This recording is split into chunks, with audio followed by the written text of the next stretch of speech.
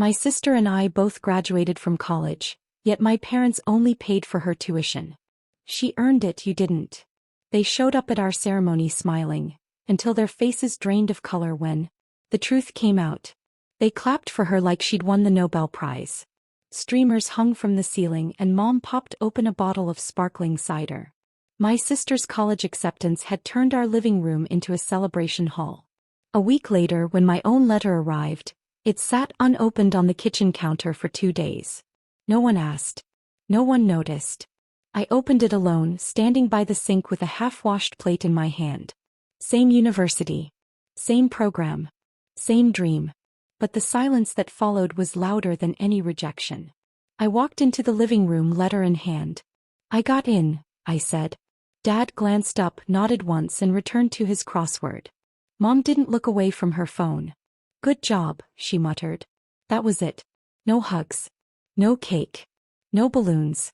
Just silence. I told myself they were tired. That they'd already spent their excitement. But deep down I knew better. The difference wasn't about timing. It was about value. And in their eyes I didn't hold the same weight. 2 weeks later I found the envelope. It was tucked inside Mom's purse, half hidden beneath receipts and a grocery list. I wasn't snooping, I was looking for a pen. But when I saw the words Education Fund, I paused. I pulled out the paper and scanned the numbers. It was a savings account. A generous one. Enough to cover 4 years of tuition, books, housing and then some. But the account name was clear. For Emily's college. My sister's name. Not mine. I stared at it for a long time. My stomach twisted. I waited until dinner to ask. "Mom," I said, trying to sound casual, "do I have a college fund too?" She didn't look up from her plate. "No," she said. "We couldn't afford to." I nodded slowly. "But why does Emily have one?" He finally met my eyes. "She earned it. You didn't." I didn't respond. I couldn't. I just excused myself and went to my room. That night I applied for student loans. I filled out forms, calculated interest rates and searched for part-time jobs. I didn't cry. I didn't scream. I just planned. Because if they weren't going to help me, I'd help myself. College started and the differences grew louder. Emily joined a sorority. I joined the campus diner. She posted pictures from weekend getaways, ski trips, beach parties, rooftop dinners. I posted nothing. I was too busy bussing tables, scrubbing floors and memorizing flashcards during my 10-minute breaks. My feet ached. My back hurt. But I kept going. One night, after a double shift, I came home to find Emily hosting a wine night with her friends. Laughter echoed through the house. I tiptoed past them, hoping not to be noticed. But one of her friends pointed at me. "Oh, you're Emily's sister, right? The one who works at that greasy place." They all giggled. Emily didn't correct her. He just smiled. I went to bed hungry that night. I couldn't afford groceries until Friday. Grades came in. I made the dean's list. I printed the certificate and left it on the kitchen table. Dad walked past it 3 times before finally picking it up. He glanced at it, then set it down without a word. That evening, Emily showed him her B+ in economics. He clapped. "That's my girl," he said. I watched from the hallway, invisible. I started keeping a journal. Not for poetry or dreams. Just facts. Dates, events, things they said. I needed to remember. I needed proof that I wasn't imagining it. That the imbalance was real. That I wasn't just being sensitive. The journal became my companion. My silent witness. There were small moments too. Like the time Dad forgot to pick me up from campus after my night class. I waited in the rain for 2 hours. When I finally got home soaked and shivering, he said, "I thought Emily needed the car." Or the time Mom gave Emily a new laptop for her birthday while I was still using a second-hand one with a cracked screen. "You're good at fixing things," she said. "You'll manage." I did manage. I always did. But the weight of it all was starting to show. I lost sleep. I lost weight. I lost the belief that I mattered to them. But I never lost my drive. Graduation approached. I ordered my invitations online. Basic cardstock, no frills. Emily's were custom-made with gold foil and embossed lettering. Mom helped her design them. Dad paid for the printing. Mine arrived in a plain envelope. I addressed them myself, sitting at the kitchen table while Emily hosted another party in the living room. The day before the ceremony, I asked Mom if she'd come. She nodded. Of course. We'll be there for Emily. I waited. She didn't add my name. I didn't remind her. I just walked away. At the ceremony, we stood side by side for a photo. Emily wore a designer dress under her gown. I wore one I'd found at a thrift store. They smiled wide for her.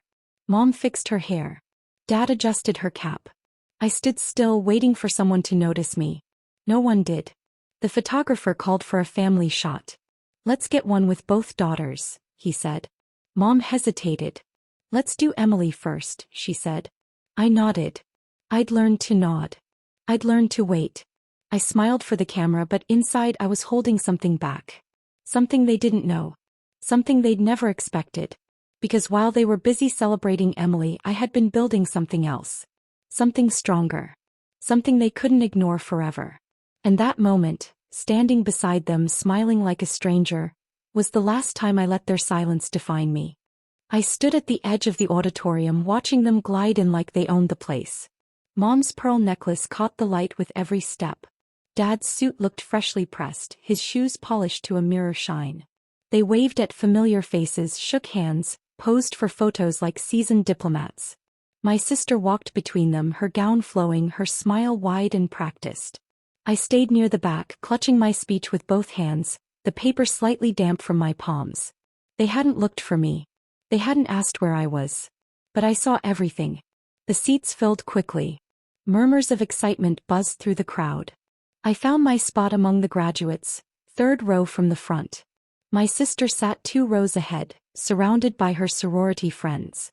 I caught glimpses of my parents in the audience, laughing with Mr. and Mrs. Patel from next door.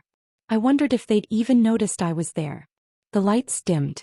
The dean stepped up to the podium, clearing his throat. Before we begin, he said, we'd like to recognize this year's top graduate. With honors and distinction. He paused. My heart thudded. Please welcome, and then he said my name. The room froze. For a moment it felt like time had stopped. I heard a few gasps.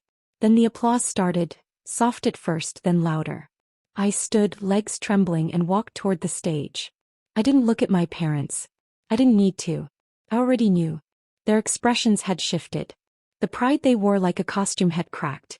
I accepted the plaque, shook the dean's hand, and turned to face the crowd. My eyes scanned the rows until they landed on my family. Mom's smile had vanished. Dad looked like he'd swallowed something sour. My sister's jaw was clenched, her hands gripping the edge of her seat. I took a breath and stepped up to the microphone. I hadn't planned to speak. But something inside me refused to stay quiet.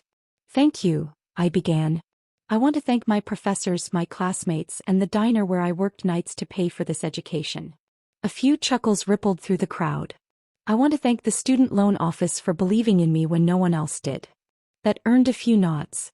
And I want to say this. Some of us weren't given the same chances. But we made it anyway. Silence. Thick and heavy. I stepped down, walked back to my seat, and sat with my hands folded in my lap. I didn't look at my parents. I didn't need to. I could feel the weight of their discomfort pressing against my back. After the ceremony, the crowd spilled into the courtyard. Cameras flashed. Laughter echoed. I stood near the fountain, unsure where to go. Then the whisper started. I didn't know she worked full-time, someone said behind me. She was incredible, another voice added. She's the one who gave that speech, right? I turned slowly. Neighbors, classmates, even faculty members approached me. They shook my hand. They hugged me. They told me I'd inspired them. I smiled, nodded, thanked them. But my eyes kept drifting toward the far end of the courtyard, where my parents stood stiff and pale, their smiles long gone. Aunt Rita found me first. She wrapped me in a hug so tight I could barely breathe. They needed to hear that, she whispered. You were brave. I nodded, swallowing the lump in my throat. I didn't do it to hurt them, I said. I just couldn't pretend anymore. He squeezed my hand. You don't have to. My sister walked past me without a word. Her heels clicked against the pavement, her gown swaying behind her. I called her name softly. She paused, turned halfway, then kept walking. I didn't follow. I'd spent years chasing her shadow. I was done. The photographer called for family shots. Let's get one with both daughters, he said cheerfully. My parents hesitated. Mom glanced at Dad. Let's just do one with Emily first, she said. I nodded. I'd learned to nod. I watched them pose. Mom adjusting Emily's cap, Dad placing a hand on her shoulder. They smiled wide. The camera clicked. Then I stepped forward. Can I get one alone? I asked. The photographer nodded. I stood in front of the college banner holding my diploma. I smiled, not for them, not for the crowd, but for me. The shutter snapped. That photo would be mine. A moment untouched by their silence. As I walked away, I passed a group of students chatting near the exit. One of them turned to me. Hey, she said, your speech, it really hit home. I thanked her. She added, you made me feel seen. That was enough. That was everything. I found a quiet bench near the parking lot and sat down, letting the evening air cool my skin. The sun was setting, casting long shadows across the pavement. I watched families pile into cars, laughter spilling out of open windows. My parents walked past me without stopping. I didn't call out. I didn't wave. I just watched. Emily followed behind them, her steps slower now. She glanced at me once, then looked away. I wondered what she was thinking. I wondered if she'd ever ask. A few minutes later, Aunt Rita joined me on the bench. She handed me a bottle of water and sat beside me. You did good, she said. You really did. I nodded. I just wanted them to see me, I whispered. Even if just for a moment. She placed a hand on my shoulder. They saw you. Whether they admit it or not. We sat in silence as the sky turned orange and pink. The ceremony was over. The crowd had thinned. But something inside me had shifted. A crack had opened. And through it light was finally pouring in. The sun had dipped low by the time I got home. The house was quiet but not peaceful. More like the hush before a storm.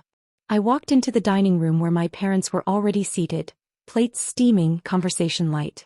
I sat down without a word, placed the envelope beside Dad's fork and waited. He glanced at it, then at me. What's this? He asked. Just read it, I said. Mom picked it up first. Her fingers trembled slightly as she slid the letter out. The scholarship committee's letterhead was crisp, the ink bold. It spelled out everything. How I'd earned a full academic ride, how I'd ranked top in my district, how I'd been offered more than Emily ever had. I'd kept it hidden for years, not out of shame but out of quiet defiance. I wanted to prove I could do it without them. And I had. Dad's face lost its color.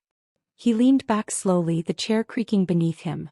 Mom blinked, her lips parted but silent. I watched them closely. No anger. No denial. Just shock. And something else. Guilt. You never told us, Mom finally whispered.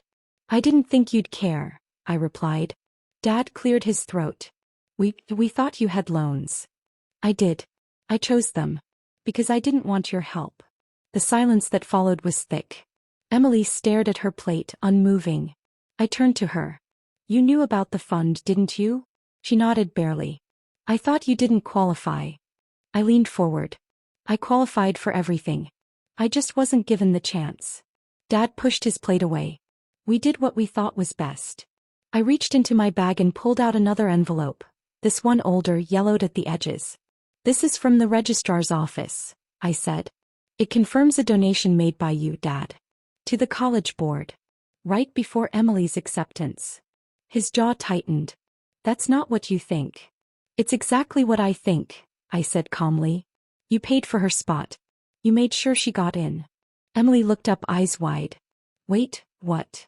Dad didn't answer. He just stared at the table. I continued. I spoke to the registrar. I asked questions. I found the receipts. You didn't believe she could make it on her own, so you made sure she did. Mom's hand flew to her mouth. Emily stood abruptly, her chair scraping against the floor. You bought my admission? She asked, voice cracking. Dad finally spoke. It wasn't like that. I just helped things along.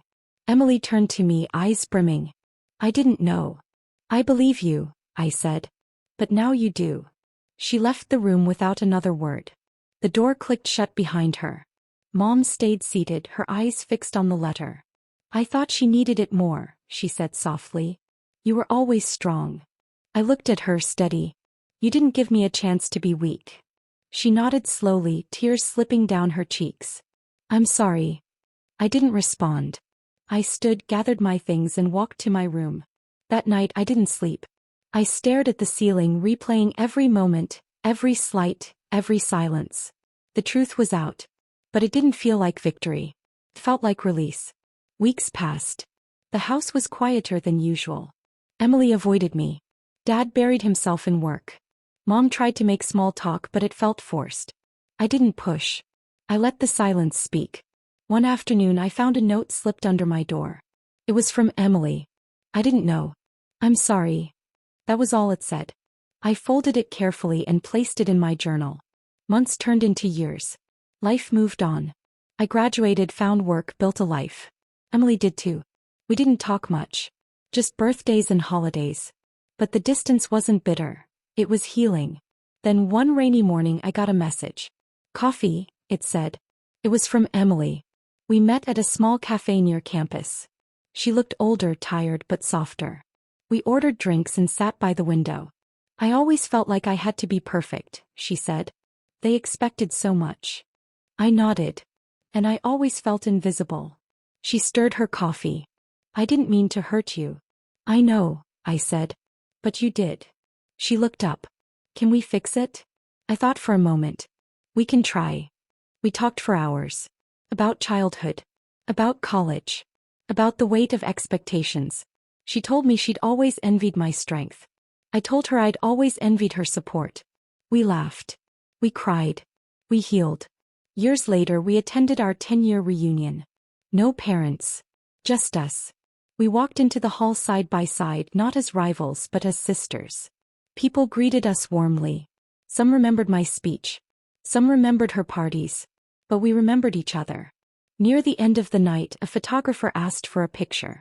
We stood in front of the alumni banner, arms around each other. The flash went off. I kept that photo. I framed it. Not for revenge. Not for proof. But because it was mine. And finally it felt whole.